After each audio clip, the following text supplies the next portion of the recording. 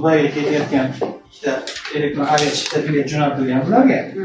Mana shu ikkita jo'natilgan avia chipta biletni mana bo'sh konvertga solamiz-da, buni muhrlaymiz solib.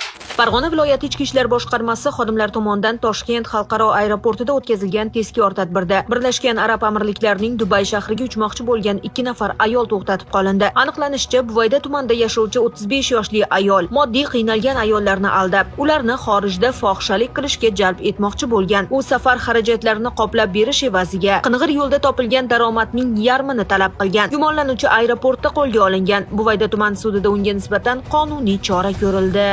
Jinoyat ishlari bo'yicha Buvayda tuman sudining hukmi bilan sudlanuvchi O'zbekiston Respublikasi Jinoyat kodeksi 135-moddasi 2-qismining A, J, K bandlarida nazorat qilingan jinoyatni sodir etganlikda aybli deb topildi.